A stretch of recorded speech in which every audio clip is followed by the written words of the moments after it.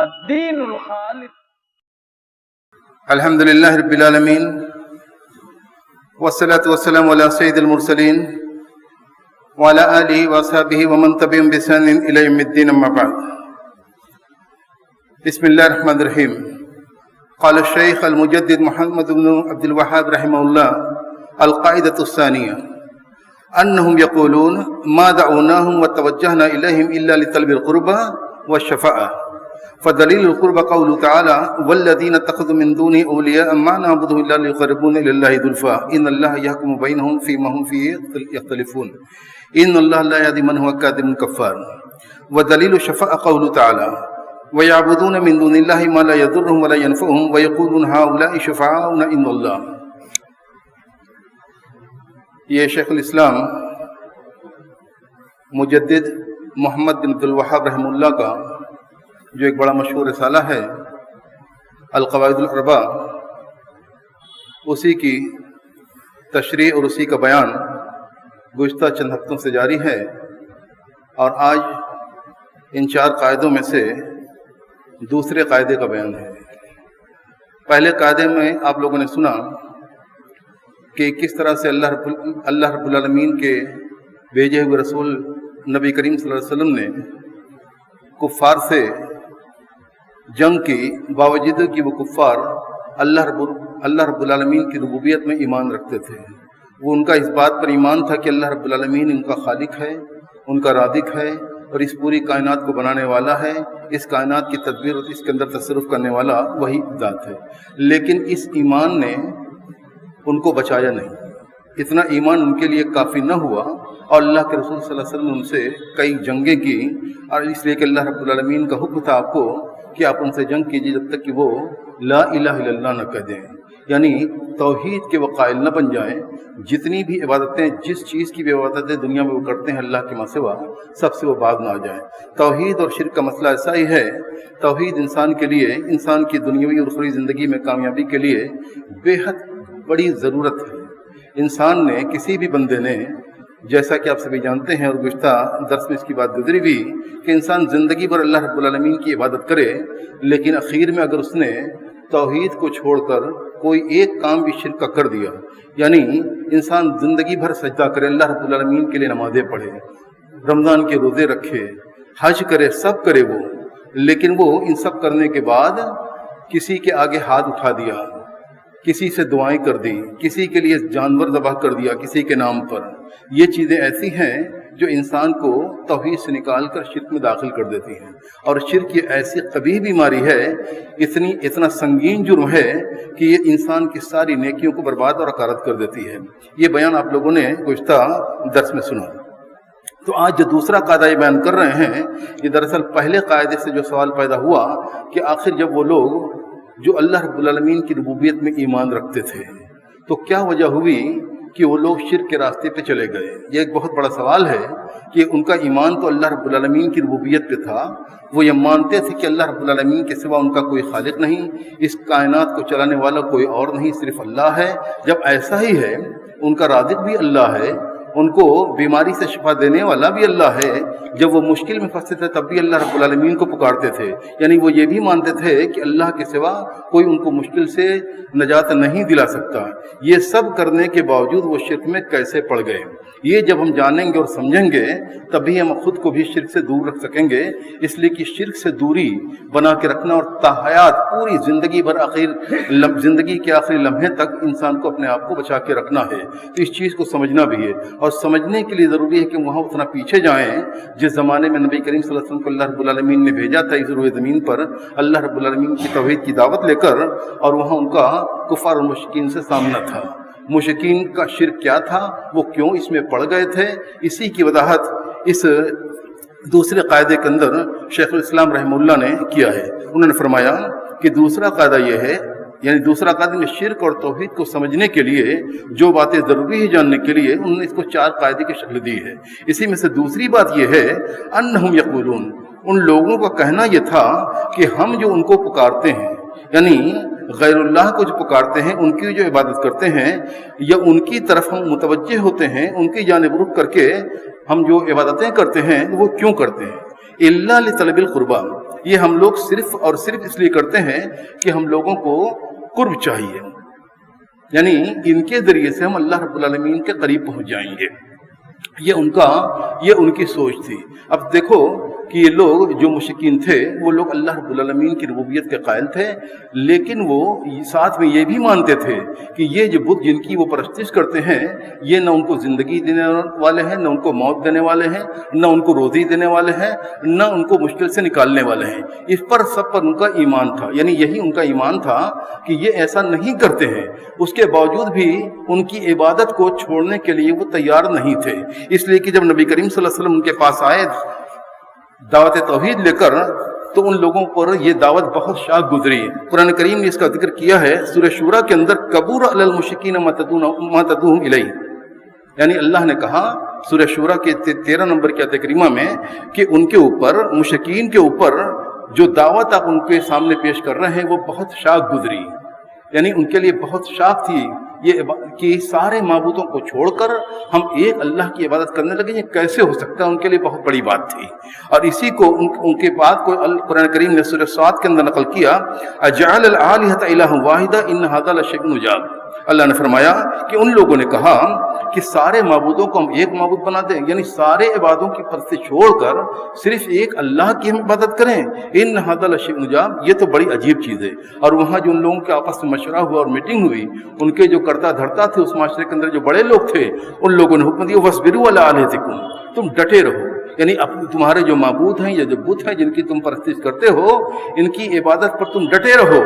ان کو ہرگز نہ چھوڑنا۔ اس لیے کہ یہ مشن لے کے جو آئے ہیں محمد صلی اللہ علیہ وسلم، تو ان کا اس سے کچھ اور ارادہ ہے، یعنی ہم سب کو اس سے نکال کر وہ ایک جانب اپنے پارٹی کے اندر، اپنے گروہ کے اندر کر لینا چاہتے ہیں۔ تو تم لوگ ہرگز ادھر مت جانا، بلکہ اپنی بتوں کی عبادت پر تم لوگ ڈٹ کے رہو۔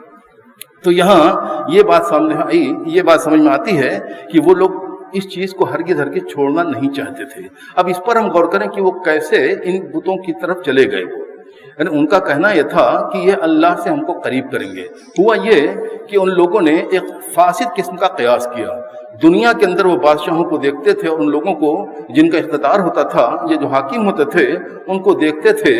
کہ ان کے پاس جانا آسان نہیں ہے۔ وہاں دربان ہوتے ہیں جو گیٹ پہ روک سکتے ہیں، یا یہ کہ وہاں جانے کے لیے زیادہ آسان طریقہ تو یہ ہے کہ وہاں ان کے جو مقرب ہیں، یعنی جو بادشاہ کے جو درباری ہیں یا وزیر کے جو آس پاس رہتے ہیں جو لوگ جو ان کے مقرب ہیں، ان سے ملو، ان سے کام کر لو۔ اس لیے کہ دنیا میں ایسے ہی کام چلتا ہے، تو ان لوگوں نے اس پر اللہ رب العالمین کی ذات کو بھی قیاس کر لیا، یعنی جس طرح سے دنیا میں ہوتا ہے، جس طرح کے بادشاہ ہوتے ہیں،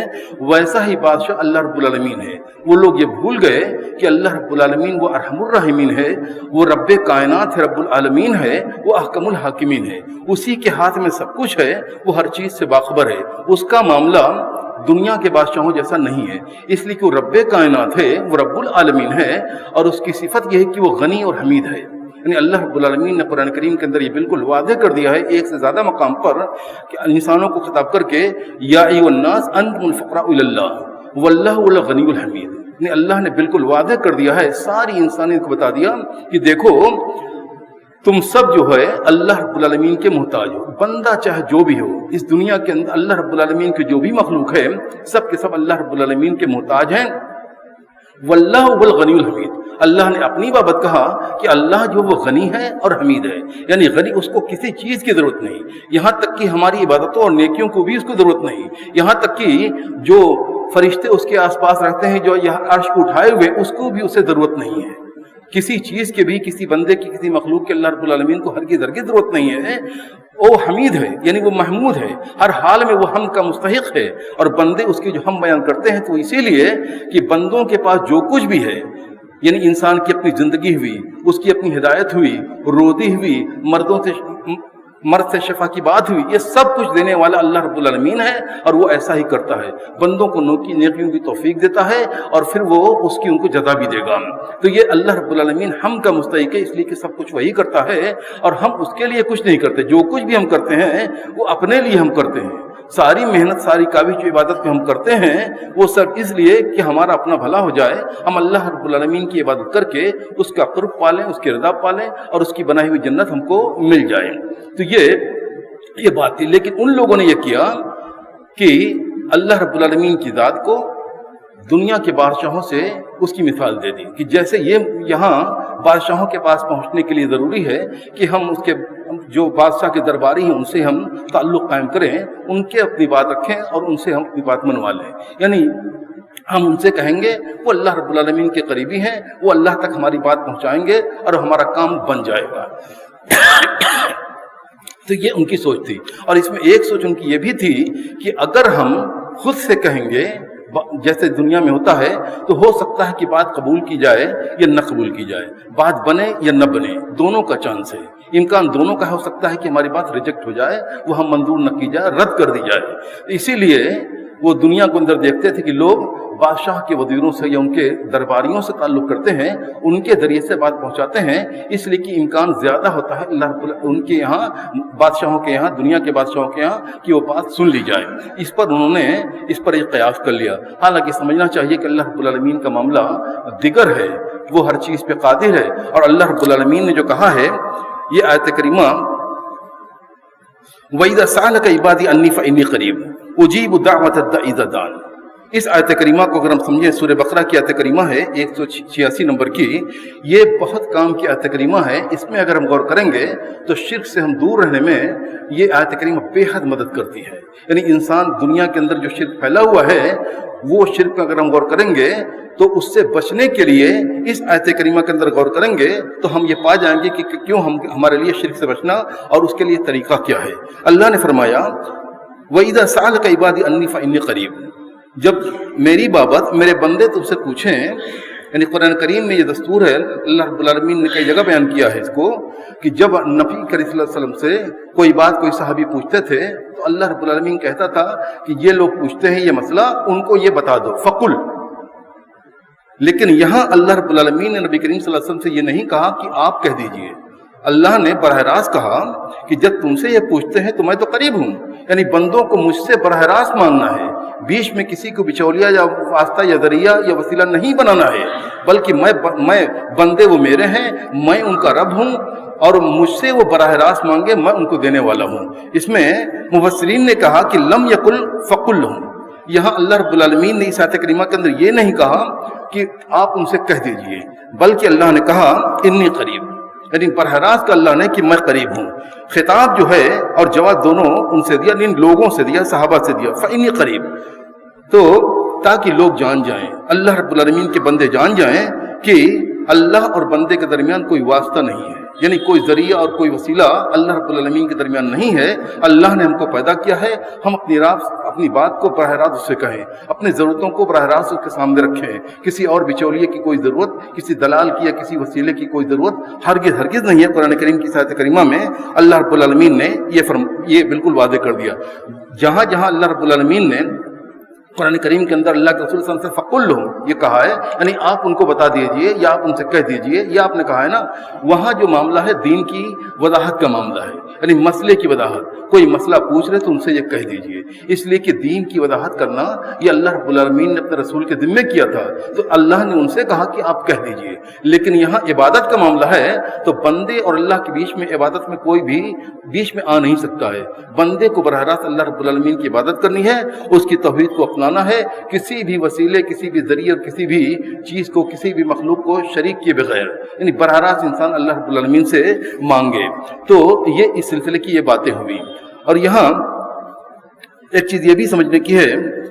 کہ اللہ رب العالمین نے جب کہا کہ میں قریب ہوں تو بندہ اللہ رب العالمین سے براہ راست مانگے، اسی سے تعلق کو بنائے۔ اور یہاں دیکھیں گے یہ کہ مشرکین کا معاملہ اس کے بالکل برعکس تھا، ان لوگوں نے بیچ میں وسیلہ بنا دیا اور سمجھا کہ یہی چیز ہم کو اللہ رب العالمین سے قریب کریں گے، ہم تو براہ راست مان نہیں سکتے، ہم گناہوں کے اندر لت پت ہیں، ہم اس لائق نہیں ہیں، یہ سوء ادب ہے کہ ہم اللہ رب العالمین سے براہ راست کہیں، تو ہم ان مقرب بندوں اللہ رب العالمین کے جو صالحین نیک بندے ہیں ان کے ذریعے سے مانگیں گے۔ یہاں ہم دیکھیں کہ اس زمانے کے اندر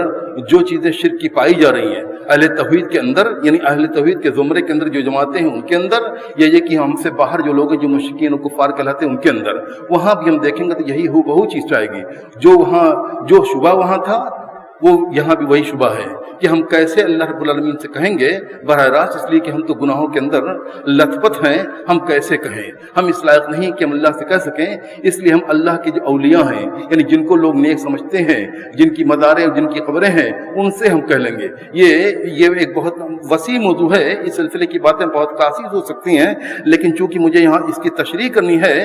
اس لیے میں مختصر طریقے سے یہ بیان کر رہا ہوں۔ تو یہاں انہوں نے کہا کہ ہم لوگ یعنی وہ مانتے تھے کہ ہم لوگ اللہ رب العالمین کی عبادت کرتے ہیں اور ان کی بھی عبادت کرتے ہیں، اور لیکن ان کا بہانہ یہ تھا کہ یہ صرف قربت چاہنے کے لیے، یعنی یہ اللہ رب العالمین سے ہم کو قریب کر دیں گے اس لیے، اور دوسری وجہ یہ تھی کہ یہ ہماری سفارش کر دیں گے اللہ رب العالمین سے۔ اچھا، ایک بات یہ بھی ہے کہ کفار کا جو عقیدہ تھا وہ آخرت پر نہیں تھا، یعنی مرنے کے بعد دوبارہ زندہ ہونے پر نہیں تھا، اس لیے ان کی ساری باتیں جو تھیں وہ دنیا کے لیے تھی، یعنی دنیا میں ہمارا بھلا ہو جائے، ہم کو اللہ رب العالمین روزی دے، ہم کو جنگ کے اندر فتح دے، کامیابی دے، دشمن ہمارے اوپر غالب نہ آ سکے، یہ ساری باتیں یعنی مرض سے دور کرنا ہوا، یہ کہ آفات اور مشکلوں سے دور کرنا ہوا، نجات دلانی ہوئی، یہ سارے مسائل جو تھے ان کے دنیاوی مسائل، اس میں وہ چاہتے تھے کہ یہ بدھ ہماری مدد کر دیں گے۔ لیکن جو لوگ اللہ رب العالمین پر ایمان رکھتے ہیں اور جو آخرت پر ایمان رکھتے ہیں، ان کا معاملہ اس سے دیگر ہے، وہ یہاں بھی دنیا میں بھی چاہتے ہیں کہ یہ لوگ ہمارا فائدہ کرا دیں، اور ان کا معاملہ آخرت میں بھی ہے، وہ یہی سمجھتے ہیں کہ آخرت میں ان کا دامن تھام کے ہم نکل جائیں گے، جن کو وہ اپنا پیر مانتے ہیں، جن کے دامن کو وہ پکڑے ہوئے ہیں، جن کو وہ اللہ کا مقرب مانتے ہیں، اور جن کے بارے میں کہتے ہیں کہ اللہ کے ولی ہیں، بہت نیک، بہت پہنچے ہوئے لوگ ہیں، ان کے بارے میں ان کا عقیدہ یہی ہے کہ ہم تو ان سے جڑے ہوئے ہیں، ان کے ساتھ ہمارا کچھ برا ہونے والا نہیں ہے، یہ ہے تو ہم کامیابی سے نکل جائیں گے۔ اسی لیے وہ دنیا کے اندر ان کو توحید اور شرک کی بات سمجھنا بھی نہیں آتا اور وہ اسے سننا بھی نہیں چاہتے، اس لیے کہ وہ جانتے ہیں، وہ یہ سمجھتے ہیں، ان کا یہ عقیدہ ہے کہ جن کے ہم مرید ہیں ان کے ذریعے سے ہم نکل جائیں گے۔ یہ ایک بہت بڑی بھول ہے، اس بھول سے ہم سب کو نکلنا ہے، یعنی اللہ رب العالمین کے ہم بندے ہیں، اللہ رب العالمین ہمارا رب ہے، وہی الہ ہمارا ہے، اور اسی کی عبادت ہمیں کرنی ہے۔ اس کے بعد شفاعت کی بات آتی ہے، یعنی وہ شفاعتی بنیں گے۔ اس کے بارے میں انہوں نے کہا وَدَلِيلُ شفاعت کی دلیل یہ ہے کہ وَيَعْبُدُونَ مِن دُونِ اللَّهِ مَا لَا يَضُرُّهُمْ وَلَا يَنفَعُهُمْ، وہ لوگ اللہ رب العالمین کے ماں سوا، اللہ رب العالمین کے علاوہ اوروں کی عبادت کرتے ہیں جن کے بارے میں وہ جانتے ہیں کہ یہ نہ نقصان پہنچاتے ہیں ان کو، نہ ان کو نفع پہنچاتے ہیں۔ وہ کہتے یہ ہیں کہ ہؤلاء شفاعون عند اللہ، ان کے بارے میں ان کا کہنا یہ ہے کہ یہ اللہ رب العالمین کے نزدیک ہمارے شفارتی ہیں، یعنی اللہ رب العالمین سے سفارش کریں گے۔ یہاں شیخ الاسلام رحمہ اللہ نے شفاعت کے بارے میں کچھ باتیں بیان کی ہیں، اور انہوں نے کہا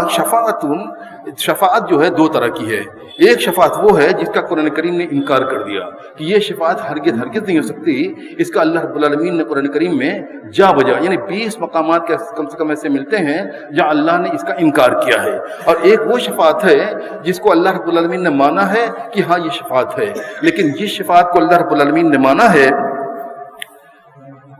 وہ شفاعت ہے جس کے بارے میں قرآن کریم میں 3-4 جگہ بیان اللہ رب العالمین کا ملتا ہے۔ تو شفاعت جس کا اللہ رب العالمین نے انکار کیا ہے اس کے بارے میں ہم سنیں۔ وہ لکھتے ہیں ما کان تطلب من غیر اللہ فیما لا یقدر علیہ الا اللہ، یعنی شفاعت جس کا اللہ نے انکار کیا ہے یہ وہ سفارش ہے جو غیر اللہ سے کی جائے، یعنی اللہ سے نہ کر کے غیر اللہ سے کی جائے ایسے معاملے میں جس پر صرف اللہ رب العالمین قدرت رکھتا ہے، جیسے اولاد دینا یہ اللہ رب العالمین کی قدرت ہے، کوئی اور اولاد دے نہیں سکتا ہے، تو ہم کسی اور سے سفارش کریں کہ ہماری اولاد کا ذریعہ بن جائے وہ، تو یہ چیز شرک کہلائے گی۔ ایسی سفارش ہرگز قبول نہیں ہے۔ بندے کو اولاد چاہیے تو بندہ اللہ رب العالمین سے کہے، جو کہ انبیاء کا طریقہ رہا ہے۔ دعائیں ملتی ہیں، انبیاء کی جو دعائیں ملتی ہیں اس میں اس طرح کی باتیں ملتی ہیں کہ براہ راست مانگا ہے، اس لیے کہ اولاد دینا یہ اللہ رب العالمین کرتا ہے، کوئی اور کسی اور کو قدرت نہیں ہے۔ تو انہوں نے فرمایا کہ دیکھو منفی جس شفاعت کا قرآن کریم نے انکار کیا ہے وہ شفاعت ہے جس پر اللہ کے سوا کوئی قادر نہیں ہوتا ہے، ایسی چیز میں سفارش جس پر جس کام کی قدرت اللہ رب العالمین کے سوا اور کسی اور کو نہیں ہے۔ اور ایک وہ سفارش ہے جس کو اللہ رب العالمین نے ثابت مانا ہے۔ اس چیز کو بھی ہم اچھی طرح سے سمجھ لیں کہ قرآن کریم میں جس سفارش کو سفارش مانا ہے وہ سفارش کیا ہے۔ اللہ نے سورہ نجم کے اندر فرمایا سورہ بقرہ کے اندر فرمایا من ذا الذی یشفع عنده الا باذنہ، یعنی اللہ نے وعدے کر دیا کہ کون ہے جس کی یہ جرت ہے کہ اللہ رب العالمین کے نزدیک وہ بغیر اس کی اجازت کے سفارش کر سکے. یعنی اللہ رب العالمین نے کسی بندے کو اس لائق نہیں بنایا ہے کہ اس کی اتنی ہمت ہو سکے, اس کی اتنی جرت ہو سکے کہ وہ اللہ رب العالمین کے سامنے کسی کی سفارش کر سکے. اللہ رب العالمین نے فرمایا, یہ سورہ بقرہ کے اندر جو آیت کریمہ جو سے ہم لوگ بار بار آیت الکرسی کے اندر پڑھتے ہیں, تو اس کا یہی مفہوم ہے. اور یہاں یہ چیز دیکھیں گے, علماء نے جو قاعدہ مقرر کیا ہے عبارتوں کو سمجھنے کے لیے, یہاں ایک چیز مندل یعنی انکار ہے. یہ نہیں, کوئی ایسا نہیں ہے, لیکن انداز جو ہے وہ پوچھنے کا انداز ہے. کون ہے, یہ پوچھنا ہے, لیکن مطلب یہ ہے کہ کوئی نہیں ہے. تو اس میں جب ہوتا ہے نا, تو اس میں صرف انکار نہیں ہوتا ہے بلکہ ایک طرح کا مزید کوئی معنی ہوتا ہے. یہاں مزید معنی یہ ہے, ایک اضافی معنی یہ ہے کہ کس کی ایسی جرت ہو سکتی ہے, اللہ رب العالمین کی جانب سے ایک چیلنج کی طرح ہے کہ کون ہے, کس کی ایسی جرت اور ہمت ہے کہ اللہ رب العالمین کے سامنے بغیر اس کی مرضی کے, بغیر اس کے حکم کے, بغیر اس کی اجازت کے وہ سفارش کر سکے. تو یہ چیز ہے اللہ رب العالمین کے نزدیک. جب نبی کریم صلی اللہ علیہ وسلم سفارش کریں گے, یعنی شفاعت کبریٰ جسے کہتے ہیں, جب موقف کے اندر محشر کے اندر بڑی پریشانیاں دشواریاں بڑھ جائیں گی, سارے لوگ سارے انبیاء کے پاس جائیں گے اور سارے انبیاء انکار کر دیں گے اور کہیں گے کہ محمد صلی اللہ علیہ وسلم کے پاس جاؤ. جب ان کے پاس جائیں گے تو نبی کریم صلی اللہ علیہ وسلم اس کے لیے تیار ہوں گے, لیکن وہ کیا کریں گے, عرش کے سامنے وہ سجدریز ہو جائیں گے, اللہ رب العالمین کی حمد و ثنا بیان کریں گے, روئیں گے, گڑ گڑائیں گے اسی سجدے کی حالت میں. اور یہ ایسی اللہ رب العالمین کی ہم بیان کریں گے جو ہم نبی کریم صلی اللہ علیہ وسلم نے بھی دنیا میں نہیں کی ہوگی. تو اتنی کرنے کے بعد اللہ رب العالمین کی طرف سے حکم ہوگا کہ اللہ رب العالمین کی جانب سے حکم ہوگا کہ اپنے سر کو اٹھاؤ, تم سفارش کرو, تمہاری سفارش قبول کی جائے گی, تم مانگو تمہیں دیا جائے گا, اشفا تشفا. تو یہ نبی کریم صلی اللہ علیہ وسلم نے خود بیان کیا ہے کہ ایسا معاملہ ہوگا. تو جب نبی کریم صلی اللہ علیہ وسلم کا ایسا معاملہ ہے کہ وہ اللہ رب العالمین کی اجازت اور آپ کے حکم سے ایسی سفارش کریں گے, اور یہ سفارش نبی کریم صلی اللہ علیہ وسلم کی جو بعد میں ہوگی وہ صرف اور صرف اہل توحید کے لیے ہوگی. جتنی بھی سفارشیں ہوں گی قیامت کے روز وہ صرف اہل توحید کے لیے ہوں گی جو معصیت کی وجہ سے, اپنے گناہوں کی وجہ سے جہنم میں جا گرے ہیں. لیکن ان کے ساتھ شرک نہیں ہوگا اگر, تو سفارش سے وہ ان کو فرشتوں کی سفارش ملے گی, نبی کریم صلی اللہ علیہ وسلم کی سفارش ملے گی, اولیاء کی سفارش ملے گی, صالحین اور جو لوگ ہیں وہ ان کی سفارش ملے گی, اور اسی طرح علماء کی سفارش ملے گی, ان کی سفارش ملے گی. لیکن سب کے سب بغیر اللہ رب العالمین کے حکم کے, اس کی مرضی کے بغیر نہیں ہوگا. وہاں معاملہ یہ ہے کہ سفارش اللہ نے فرمایا ہے سورہ زمر کے اندر, کل للہ شفاعت جمیع, یعنی کہہ دو ان سے کہ اس تمام تر سفارش یہ اللہ رب العالمین کے لیے ہے, یعنی اسی کا حق ہے سفارش. یعنی کسی کو اختیار بھی نہیں ہے کہ وہ سفارش کر سکے, اور کسی کو یہ بھی حق نہیں ہے کہ وہ کسی کی بابت سفارش کر سکے. یعنی صرف پورا معاملہ شفاعت کا اللہ رب العالمین کے ذمے ہے. وہی شفاعت کی اجازت دینے والا ہے, حکم دینے والا ہے. جس کو حکم دے گا وہی سفارش کرے گا. جس کے تعلق سے, یعنی جس کی بابت کی فلاں کے بارے میں تمہیں سفارش کرنے کا حق ہے, تو وہی اس کے بارے میں سفارش کرے گا. اور پھر سفارش کو قبول کر لینا یہ اللہ رب العالمین کا کام ہے. یعنی سب کچھ پورا معاملہ سفارش کا یہ اللہ رب العالمین کے ذمے ہے. وہی سفارش کی اجازت دے گا, اور جس کو اجازت دے گا وہ اللہ رب العالمین کا اس کے اوپر کرم ہوگا کہ اس نے اس کو اجازت دی. اور اسی طرح جس کے حق میں اجازت دی ہے اس کے اوپر بھی اللہ رب العالمین کا کرم ہے کہ اس کے لیے اللہ رب العالمین نے سفارش کے دروازے کو کھول دیا کہ اپنے کسی مخلوق سے اس کے لیے سفارش کروا دی. تو یہ چیزیں ہیں, یہ سمجھنے کی چیزیں ہیں. ایسا نہیں ہے کہ ہم نے کسی کا دامن تھام لیا اور وہ ہماری سفارش کر دے گا, ہم نکل جائیں گے. تو معاملہ پوری طرح سے یہ ہے کہ سفارش جو ہوگی وہ اللہ رب العالمین کی اجازت سے ہوگی, اس کے حکم سے ہوگی, اور جس کے لیے ہوگی وہ اس کے بھی اللہ رب العالمین کے تعین ہوگی. یہ ساری باتیں قرآن کریم میں اللہ رب العالمین نے بالکل واضح کر دی ہیں. وَكَمْ مِن مَلَكٍ فِي السَّمَاوَاتِ لَا تُغْنِي شَفَاعَتُهُمْ شَيْئًا إِلَّا مِن بَعْدِ أَن يَأْذَنَ اللَّهُ لِمَن يَشَاءُ وَيَرْضَىٰ. اللہ نے فرمایا کہ آسمانوں کے اندر کتنے ایسے فرشتے ہیں جن کی سفارش کچھ بھی فائدہ نہ دے گی, ہاں جب اللہ رب العالمین ان کو اجازت دے گا, اور جس کے لیے اجازت دے گا, اور کس کے لیے اجازت دے گا, جس سے اللہ رب العالمین راضی ہے, یعنی اس کا عمل اس کو اللہ رب العالمین نے جس کے عمل کو, جس کی نیکیوں کو قبول کر لیا ہے, جس کی باتیں اللہ رب العالمین کو اچھی لگی ہیں. ایسا نہیں کہ کسی کے لیے بھی ہو جائے. جہنم میں جو لوگ ہوں گے اس میں سے جو لوگ توحید پر ہوں گے انہی کے لیے سفارش خاص ہے. جو مشرک ہیں, جنہوں نے شرک کر رکھا ہے دنیا کے اندر, ان کے لیے سفارش ہرگز نہیں ہوگی. اس لیے کہ اللہ رب العالمین کی سفارش نہیں کرائے گا, کسی کو پرمیشن نہیں دے گا, اور کسی کی اس کی تائید نہیں کرے گا. ان کے لیے صرف جو اہل شرک میں ہے وہ